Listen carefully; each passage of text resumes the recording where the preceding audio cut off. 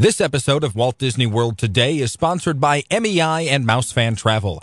MEI and MouseFan Travel is an authorized Disney vacation planner, specializing in cruises and packages to Disney and other vacation destinations around the world.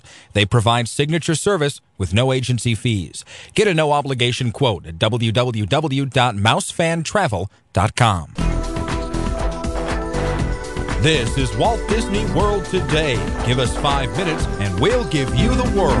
It's Wednesday, May 7th, 2008, and this is episode 406 of Walt Disney World Today. I'm Matt Hochberg from StudioCentral.com. On the show today, we have Len Testa, co-author of the unofficial guide to Walt Disney World. Hi, Len. Hey, Matt. How's it going? Oh, my God. I'm pulling my hair out here. No Newell for 2 days. What are we going to do? Happy Siete de Mayo, by the way. Siete de Mayo, my second favorite Mexican holiday. Actually, third, after Day of the Dead. That's the coolest sounding holiday ever. I know it has nothing to do with how it sounds, but Day of the Dead. Day of the Dead. Also on the show, it sounds like a WWE pay-per-view. Sounds like a Bruce Campbell movie to me. Also on the show today is Mike Scopa of allears.net. Hi, Mike. Come with us now and experience a few moments from that dark and mysterious past. Spaceship Earth? That's what I was going to go with, but... Close. Oh, Universe of Energy. Yeah, the original Universe. Yeah. I had to go reach back to my early radio days. Yeah, had to go to the Wayback Machine, huh? Yeah. Exactly. Well, it's Wednesday. We're answering your listener questions. Then the first one's from Alex from Houston, who writes, "Hey guys and rotating guests. I'm in the planning stages for a trip in mid-May and was looking at the prices for annual passes and was looking at the differences between the two types of annual passes available. Back in January, I had looked at the same annual pass details and remember there being restricted days on them. Now both days say full access 365, with the only difference being one has access to the water parks and the other doesn't. Can you guys clear that up for me? Hope you all read this before my trip in May. I gave you less than a month to do so. Until next time." There are no restrictions on any of the annual You know what passes. I think Alex is confusing the annual pass with the seasonal pass. And then he saw the annual pass and he saw the premium annual pass. There are three passes. Yeah. Annual pass, which gives you access to all 4 parks 365 days a year. Premium annual pass, which gives you access to all 4 parks 365 days of the year, along with Disney Quest, Pleasure Island, and the water parks. Seasonal pass gives you access to all 4 parks almost all the year. There's some dates are blacked out. Like I think summer's like pretty much all blacked out. It's got blackout dates, and those are for, I think seasonal passes are only available to locals, so I'm not, Florida residents. Right. If I'm not mistaken. So I think that's where you kind of got a little messed up there, Alex. Next email's from Bobby Lilly of Narrows, Virginia. He writes, "We're going to Walt Disney World in early May, and we're looking forward to seeing the new parade at the studios. We'll have 2 kids, ages 5 and 4 in our group. Do you have any suggestions for parade viewing that will put us close to the stops where the performers do frequent interaction with the guests? Thanks for any advice you have." I have the perfect spot for you, Bobby. It's going to be right in front of Keystone Clothiers. It's going to be the shop on the left-hand side of Hollywood Boulevard if you're facing up looking at the hat. There's a spot over there. You'll see there's a little brass lining in the street to tell you where you can't go past over there. And if you stand right behind the brass lining with Keystone to your left over there, you'll be in the perfect position for the Monsters, Inc. float to stop right there on its first stop.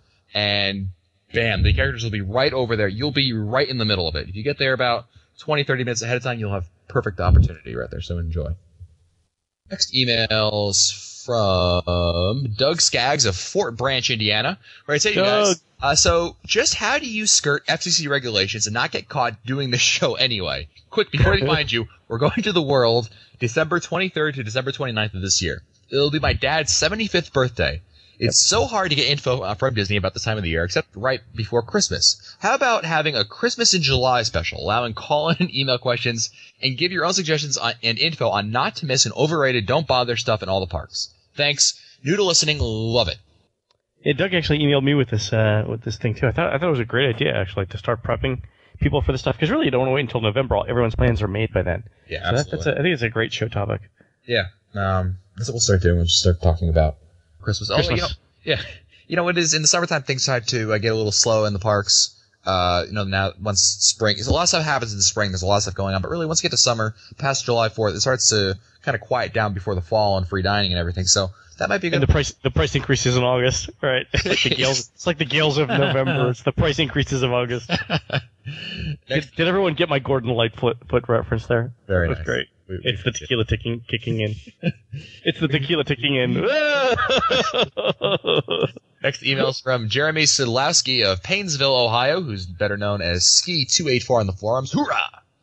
Who writes, Mangello, gentlemen, do the morning and evening extra magic hours occur for the same parks on the same days of the week? For example, every Thursday is the Magic Kingdom, the morning, and the studios in the evening extra magic hours, or does it rotate based on the time of the year? That's a great question. Go ahead, finish. I hope you all enjoyed watching the Cleveland Browns win Super Bowl 50 just a few weeks ago. At least that's when I expect you to get to this question. Come on, Jeremy. You know the Browns are never going to win, ever. Yeah, really. Good luck with that. So it's interesting. The schedule does vary, especially around holidays and summers. But broadly speaking, I think this is true. Monday and the most frequent days are as follows. Monday is usually Animal Kingdom for morning extra magic hours. Evening is usually the studios. Tuesday morning is usually Epcot. Wednesday evening is usually the Animal Kingdom. Thursday morning is almost always the Magic Kingdom. Friday evening is almost always Epcot. Saturday, if there is one, it's going to be at the studios in the morning. I don't think there's ever, it's extremely rare to have a Saturday evening extra magic hour. I don't believe so. That would be unusual. There is one day. I'm sorry, Len, go ahead. I'm sorry. And the Sunday evening is usually almost always the Magic Kingdom. There is one day in August this year in which there is an extra magic hour morning at the Animal Kingdom, and there's extra magic evening hours at Magic Kingdom. So that would be if anybody has the stamina, that would be a great day to plan to get up early and to stay late. Hit the Animal Kingdom early, and then do whatever you could do. You could actually do 3 parks without any stress on that day. Yeah. I actually counted this one time, and it varies. For some of the days in some of the parks, like the Magic Kingdom, it's Thursday and Sunday is pretty much a given. If I recall correctly, it was above 90% of the time. Yeah. The Magic Kingdom had those days. They may have others, but it was essentially a given. Then the other stuff, it kind of varied. If I recall correctly, the days when the Animal Kingdom had morning extra magic hours, all over the board. Really, especially around peak season. So the stuff that we're giving you here is directional, but if you had to bet, that's the way you'd bet. Okay. Next email is from Brian from Baton Rouge, Louisiana, who writes, "Hey, Matt, Mike, and Len. I was wondering what kind of discount cast members get on dining. P.S. I like turtles." Cast members get they get the similar discount to Disney Dining Experience. They get 20% off, but they get automatic gratuity added into it. The thing is that they have a lot of rules attached to it. I know that when you're dining in the parks, a lot of the rules stipulate that you can't get the discount until after 8 p.m. Some of them don't allow them or it's lunch. There's a lot of rules associated. Whereas Disney Dining Experience, you can use it any time of the day. They get blacked out on certain days. Yes, they do, especially during free dining. They're blacked out because they want to give Disney wants the guests to be able to get in there. I thought discounts were based on length of service too. That I don't know. I thought I had a husband and wife cast member team, and the wife she only got 10%, but the husband got 20% because he had been there 5 years longer than she had. So unless that's changed, so. Yeah, I can only tell you what I've encountered in my experience, and it seems to be fairly standard. But then again, I'm not eating with Bob Iger that often, so just every other Monday. Nothing? No joke? I thought that was funny. That was good. That was good. That's all right. All right. Anyway, next email is. Thank God Newell's not editing this. He would have put in something bad over here. Next email is from Michael from Fall River, Massachusetts, who writes, "Dear Walt Disney World Today, I just listened to your show about staying on property versus off property. Is it true that even if you're staying off property, you can still have your merchandise sent to the front of the park without having to carry your items?" That's a great question. I've never tried it. Yeah, I don't know why wouldn't you be able to? Yeah. No, I've done it before. You just you have to give enough time. At a certain point in the day, there's you reach the cutoff where they can't do that anymore. But if you're an off-property guest, absolutely, you can have it, buy something in the store and just have it sent to the front of the park to have you pick it. You just got to remember to do it. There have been a couple times I've left and I'm like, oh, I forgot. Yeah, I've left stuff. That's why I don't do it anymore. I'd rather rent a locker because I've left stuff there. I can't tell you how many times. Well, Christmas presents, birthday gifts. That's why they ask for your address when you're filling out that form to send it to the front of the park, because if you forget it and you go home, they'll send it to you plus a bill for the shipping. Yeah, funny. Next email is from William Van Graal of Fairfax, Virginia. I say, guys, I just wanted to drop a thank you to Mike Scopa for praising Trails End Restaurant. We were at Walt Disney World February 12th and encountered some really wet weather, tornadoes, etc., so we took a break in the day. This was a spontaneous trip that we had no ADRs for. When it came to deciding where to go for dinner, I knew all the restaurants would be crowded due to the weather. However, the little voice in my head, yes, it was Scopa's, kept saying Trails End, Trails End. So I called Walt Disney World Dining to see what they had available. They had us eating every 10 minutes. We bust on over there, awesome. Walked up the path in our ponchos, and discovered Mike's hidden treasure. It was perfect. Good comfort food and some great cast members. Thanks again, Mike. Keep the tips coming. Gotta keep my mouth shut. It's great. I love it. Yeah. I don't know if Newell was here, he would say something about it, but one time he was here and we said, let's have lunch somewhere. And, we want to have lunch in the next 20 minutes. Where can we go? And we were just like, no question about it. It's got to be Trails End. And sure enough, they had an ADR waiting for us. Next email is from Madison from Mount Laurel, New Jersey, who writes, hey, Walt Disney World Today, guys. I'm currently a sophomore in high school, and every year the senior class goes to Disney World. While I won't have to worry about it for a couple of years, I have concerns about getting my lazy senior friends to follow the unofficial guides, touring plans, and wake up early. Any suggestions on how to inspire them to go commando style, or should I just give up and just go with the flow? Thanks for all the work you do on the show. Yeah, I think the thing that would be helpful there is to have a cell phone and go off and do your own set of touring plans, and then maybe do your own set of attractions first, and then maybe give your friends a call around 10 o'clock after you've done like 4 rides. This plan is great. Come on along with me. Woo! I would do it the other way. I would say, Madison, I would tell you, take your friends, ask for one morning to do it, and go follow the plan, right? And then what's going to happen? They'll complain about, I don't want to wake up so early. Then what's going to happen is you guys are going to meet up with the rest of your class, and you're going to talk about what you did. And everyone's going to say, we did like Coaster once, or we did Space Mountain once, or we did like this, but it was really busy. We didn't get anything. Long. And your friends are going to be like, oh my God, we did like this and this and this and this. And it's going to be like, see, that's the difference. They don't get it until it's really put in front of them. And if you can convince them just to put some faith in you for one morning, I think you'll pay the dividends that way. I think so, yeah. I mean, you can try and lecture them ahead of time, but I think the better thing to do is talk to them after your first day and then tell them about the plan and how you got to do all this other stuff. It was great. I think that's the way to go. Next email is from... Oh, sorry, Len. Sorry. I was going to say, and if you can figure out how to get them to buy copies of the book after their first day in the park, let me know, because I'm willing to cut you in on that little profitable deal making. Bob and I have always said if we were able to sell copies of the book as people were leaving the Magic Kingdom after their first day in the parks, we'd be millionaires. Next email is from Doug from Geneva, Illinois, who writes, guys, just wondering what you thought of Jim Hill's article about the new Night Kingdom. Where do we start? Len? I'll go first. I think it's a great idea, but I wouldn't build a whole other park for it. I would just put it in the Animal Kingdom at night because of a couple of reasons. One is you've already got the animals there and the infrastructure to support them. Number 2, I don't think that the thing that Disney needs over the long term is having to maintain more theme parks and to expend more capital doing that. I think if they reuse what they've got, it'd be fabulous. I think the issue that they were trying to come to grips with was how would you properly promote it if it was part of the Animal Kingdom? But actually, Scope and I talked about this earlier today because we had nothing else to do but solve Disney's problems. Yeah, so, I guess that was a segue to me. I'm in Len's corner on this. I just didn't see myself smiling when I read this. I'm thinking, what a waste. Why not take what's already there and just enhance it? Why not take what's already there and established and just add an addendum to the Animal Kingdom? And I think it would make for a very good transition. As the Animal Kingdom quiets down and it shuts down, Night Kingdom, Nightly Kingdom, whatever it's being called, then takes place. I just cannot see the theme behind it. I have my doubts. I mean, you have to be really careful. I mean, look what happened to California Adventure. I mean, if they make a mistake, it's going to be very costly. I mean, there are so many other themes that they could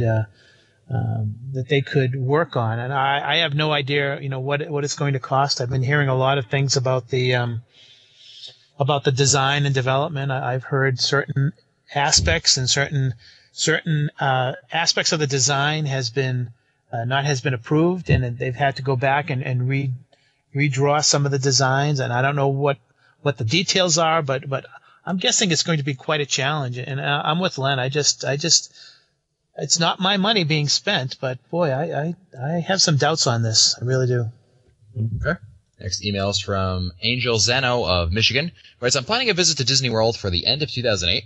The most interest would be to see the Osborne family lights and to see the Christmas decorations in each of the Disney resorts and theme parks. However, while I would like to see all of the Christmas decorations, I would prefer to avoid visiting Disney World during the period of Thanksgiving through New Year's. If I was planning a trip to Disney for the week of November 10th, 2008, would the Christmas decorations all be on display? They haven't announced yet dates for what's going on for 2008 yet, / 2009. I can tell you that, Angel, in past years, in 2007, the Osborne lights came on November 12th, and the year before that, in 06, it came on November 13th. 05, they came on November 14th. So clearly you're seeing them being activated around that 13th-ish part of the year, of November rather. And I'm going to say that if you got there on the 10th and you stayed a week, you'd probably be able to catch on the tail end of your trip. Yeah. A week before Thanksgiving. I think everything's up a week before Thanksgiving. Yeah, I mean, the past years they started to bring it up a little bit mid-November. So you might be able, like I said, if you did November 10th was your first day and you stayed about a week, you'd probably get, something at the tail end at least. I mean, things go up. It's not like the things won't be up. They don't just turn a switch and, one day there's nothing, next day, boom, everything's up there. You'll see stuff. They might not be fully on, but, you'll get the idea of it. A lot of things. Next email is from Amanda, who writes, we'll be staying for a week at the Polynesian in July of 2008. 4 months after our booking was made, it was decided that my sister's boyfriend would also be joining us. By this time, we had already had all of our ADRs booked. My sister's boyfriend says he can't eat breakfast in the morning because it makes him sick. The majority of our breakfast will be at Captain Cook's or Kona. I don't really think that there's a problem, but worried about our ADRs at 1900 Park Fair on the day we leave. Do you know what the restaurant's policy is for someone who comes but doesn't eat? Will they charge full price even though he isn't eating, or just an entertainment fee? That's an interesting question. So you're taking up a table spot. And where's this at? 1900 Park Fair? Yeah, among other places. I mean, I guess you could get away with it by saying that, he's a kind of dietary restriction, and you just leave it at that. I don't think Disney's going to pry. Okay, right? And no, I don't think they're going to care either. Yeah, as long as he doesn't get a plate. Yeah, if they see him eating something, that's an issue. Yeah, that's gonna be the thing you gotta watch. I think you'll be fine. I mean, certainly Disney's encountered this before, and they're not gonna make people pay just to sit there. Yeah, no, I don't think it'll be an issue at all. No, I think you're fine. Yeah. Just mention your server. He's not eating anything. He's just here to talk and. He can't eat, right? Yeah. If you guys all took up a table and nobody ate anything, you just want to do that for the social. That would be a problem, but yeah, that would be an issue. It's an issue. It's an issue because 1900 Park Fair is a buffet, whereas if it was just a sit down and the server would deliver the food, maybe it wouldn't be such an issue. But I'm sure there'll be some questions. But I think you're right. I think be able to get away with it. Next email is from Nick in Vincennes, Indiana, where writes, hey guys, I'm planning a trip in September. I was just wondering if Pop Century has free Wi-Fi or Wi-Fi that you can pay for. I just saw the I Like Turtles video and I'm still laughing. I don't think so. No, there's no Wi-Fi. Yeah, I don't think so either now. There's wired internet in the rooms, and that's available to you. $9.95 a day. Yep. Next email is from Christina from Georgia, who writes, hi, Matt, Mike, and Len. My husband and I are planning a 6-day trip to Disney World in May with our 5-year-old daughter. Recently I learned that an old school friend was going to be staying at Disney for 10 days in March with her daughter, so my daughter and I are driving down to spend a weekend at the park with them. I already have my annual pass voucher in hand, but I'm confused about what would be the best, meaning cheapest, option to buy a pass for my daughter. We're definitely going for at least 9 days by May, so I thought to buy her an annual pass also. However, I see that a 10-day pass is $199 for a child. I know that my friend and I will not be park hopping in March, and I'm not planning on doing any park hopping on our trip in May either. We'll be most likely taking a 2- or 3-day weekend trips over the fall and winter, but have nothing definite planned yet. Should I just suck it up and buy her annual pass for $421 just in case? Or am I better off buying her a 10-day pass and then another 10-day pass later on in the fall after our plans are more concrete? We live 4 hours away, so I don't think we'll be spending more than 20 days at the World in the next year. Thanks for your help. Love your show. Keep up the great work. How old is she, Matt? She is 5 years old. So it's about $400 for 10 days. Oh, wait a minute.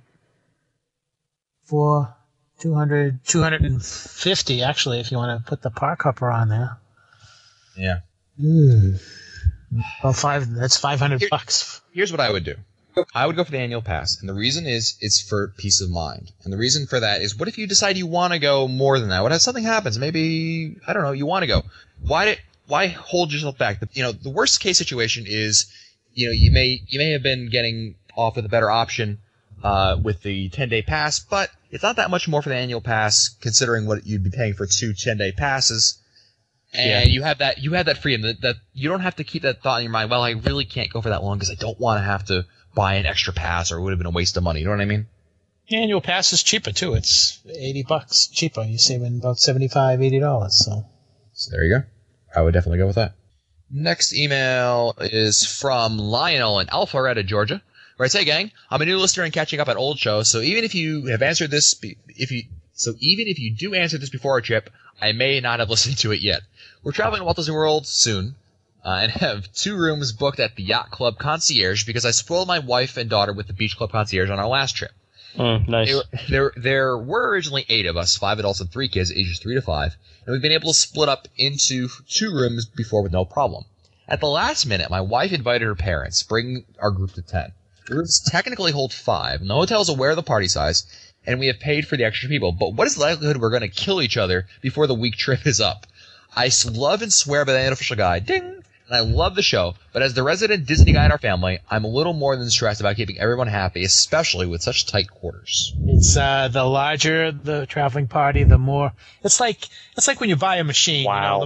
The more moving parts, the more possibility of having issues. So good luck, bro. Good luck, bro. Is Good, right. exactly. Good luck. Exactly. I mean, I would. Yeah, I don't know, man. That's kind of tough. I think you got to get the third and tell your wife's parents. We'd love to have you come here, but really, let's be realistic. It'd be better for everyone in the long run if you got a separate room. And by everyone, I mean me and you. Exactly. Look, we all got to get along, and this ain't gonna help. Next email is from John in Madison. And I think we have an Heliopolis infiltrator over here because he writes, "Greetings to you all, Matt, Mike, and Len, especially, and Chantel or Deb, or especially Chris." Definitely. Yeah. We're on to you, Marvel Boy. Thanks for a terrific podcast. Also, big thank you shout out to Len. Because of the unofficial guide and now at touringplans.com, I felt like a big shot expert since 1994. Because of the guide, I haven't waited more than 20 minutes for an attraction over the last 10 years. Well, except for that one last run at Soarin' on an extra Magic Hour night. They don't have Fast Pass. You can't avoid that. Yeah. So, there you go. Here's my question. Can you get Disney's Magical Express for only one leg of your journey? We're planning a trip where you would arrive on a Friday and rent a car to visit Cocoa Beach for the weekend. We would stay at Animal Kingdom Lodge for the next week. I'd like to rent a car from Avis and then return to the office on our last full day at the Hilton near downtown Disney. The family can shop while I take care of business, and then we can grab Disney transportation to wherever we want to go on our last day. Can I get Magical Express for my departure only? Thanks for the great show. Yeah, definitely. Yeah. You could book it and just not show up for it. I mean, it's fine. There's absolutely no reason not to. Next email's from Taylor in Georgia, where it's Mangello, guys. I have a few questions about Christmas Day in the Magic Kingdom. How crowded is it? If it's very crowded, how would it be on Christmas Eve? My family is going with my uncle's family, and he really wants to have his kids in the Magic Kingdom on Christmas Day, but I've told him that it will be very crowded, so I thought I would ask some professionals like you all. Well, thanks for the show, and Newell, we know you are the true genius behind Walt Disney World today. If he was here, he would write, thank you. Exactly. What are the days? Christmas or Christmas Eve. Is there any advantage to Christmas Eve over Christmas? Or is it, how crowded is it on Christmas? Is it going to be worth it? That kind of thing. I mean, Taylor's got the right idea. It's going to be very, very crowded on Christmas in the Magic Kingdom. I don't think there'd be a difference between the two, really. I think it'd be negligible. Either way, so you might as well just go for Christmas if you're going to do it. You got to get there early, and there's no leaving, because if you come back, it's going to be full. So, yeah, you just got to deal with it and understand it'd be long waits, and it's, I mean, if your uncle's family really wants to have it, try it out, try it. And you might end up saying, wow, this stinks, and have some kind of a backup plan to do something else. You might want to bring that to them. Say, look, let's try it, but keep in mind it's going to be very, very crowded, very, very crowded. And if all else fails, let's, do something else. If that, because you don't want to. I know he wants to be there. You could be there, get your picture in the morning, and maybe go do something else, for the rest of the day. But I mean, Len, I'm sure you're going to agree that it's going to be uber crowded over there. Yeah, definitely. It's going to be one of the most crowded days of the year. No doubt whatsoever. All right. Next email is from Joey Phillip of Frisco, Texas, who writes, "Hey, Matt, Mike, and the highly acclaimed Len Testa." What is this? This is a love fest tonight. Gosh, this is great. Hi, Mom. You know what we needed to do? We should have done this on Cinco de Mayo and had a drinking game where anytime anyone mentions the guide or the website, we could have had people drink. And double shots if someone says how much they love Len. Exactly, yeah. Finish the bottle. Joey writes, "Star Wars weekend is coming up, and I am planning a weekend trip to Disney, coming in on Thursday, June 19th in the morning, and leaving late Monday, June 23rd at night. I'm coming with my 5-year-old son, who is a big Star Wars fan. Is it possible to see most of the Star Wars weekend events in one day? We're planning on going to the studios Saturday for the whole day." The answer to that, it depends on... It's very difficult. Enough with the snoring. It's very difficult to see everything and do everything in just one day. You can get a good sense of it, that's for sure. Are you going to be able to do everything on this schedule? Probably not in one day. So just keep that in mind. Ideally, let's put it this way. The event is on 3 days each weekend for a reason. Ideally, you'd use all 3 days. The reality is you can do it in 2 days. I also have another question on water parks, Joey writes. What's the best water park for a 5-year-old who is right at 48 inches or maybe just a little bit taller? I was thinking Typhoon Lagoon. I would agree with that one. What would you think? I think that's a great idea. Yeah, I like Blizzard Beach a bit more, but either of them I think will be good. You just gotta get there early. I think kids would do better for the water parks. I mean, for Typhoon Lagoon rather than Blizzard Beach. Yeah, Ketchikan Creek and yeah. I think because you got. I think we've actually had this on the show, and I think I went with Blizzard Beach, only because I think the pool that they have where the kids can walk across the floating ice cubes. Mm-hmm. Have you seen that? Yeah, it's hysterical. Yeah, I think that they might like that quite a bit. Yeah, I think so. Yeah, but you got at Typhoon Lagoon, you've got Shark Reef. You can feed the kids to the sharks. There you go. Yeah, exactly. Yeah. Nice. That's only Scope would say that. Okay. Joey writes, last question for now. We have always used a car service to get to and from the resort, and then Walt Disney World transportation once we're there. We have also always went during the fall. I've never been here in the summertime. What kind of lines should I expect for Disney transportation? Would it be better to rent a car so I'm not spending all my time in lines because we are more than likely going to 2 parks a day? Thanks in advance. I hope to see you guys down there for Star Wars weekends. Are any of you going to be there that weekend? Joey, I'll be there that weekend. I'll be there all 4 weekends, so I'll see you there. The answer is yes, and again, the caveat is that with one exception, and that would be, if they're staying on the property, the one exception would be Magic Kingdom is, one of those is the park that which you really will find that Disney transportation will get you to and from your resort to the Magic Kingdom much quicker than driving. That's exactly what I would say. I think for our upcoming trip, actually in May, all of us are renting cars. Yeah. Except for you, Hutchberg, because you already have a car because you live there. But I think it's except for the Magic. But he's got owner's locker. That's right. You know what? I was thinking about owner's locker. I should store my camera equipment there. Should the tripods and the I was thinking about that the other day. How about extra running shoes too? Why don't you bring rollerblades, stuff like that. Yeah, extra bottles of tequila. Although I don't think the word extra ever extra comes and into tequila. Play. Yeah. Huh. It's like saying extra love. Right, Don? Right. Exactly. That was great. That was good. I just wanted to make sure she listens to this episode. That's right. But not any of the other episodes. Definitely. No, but none of the other ones. Please. Well, that's it for us today. If you want to find our older episodes, read our show notes, or send us your comments, visit the Walt Disney World Today website at wdwtoday.com. For Len Testa, Mike Scopa, and Mike Newell, I'm Matt Hotchberg. We'll see you on the next show.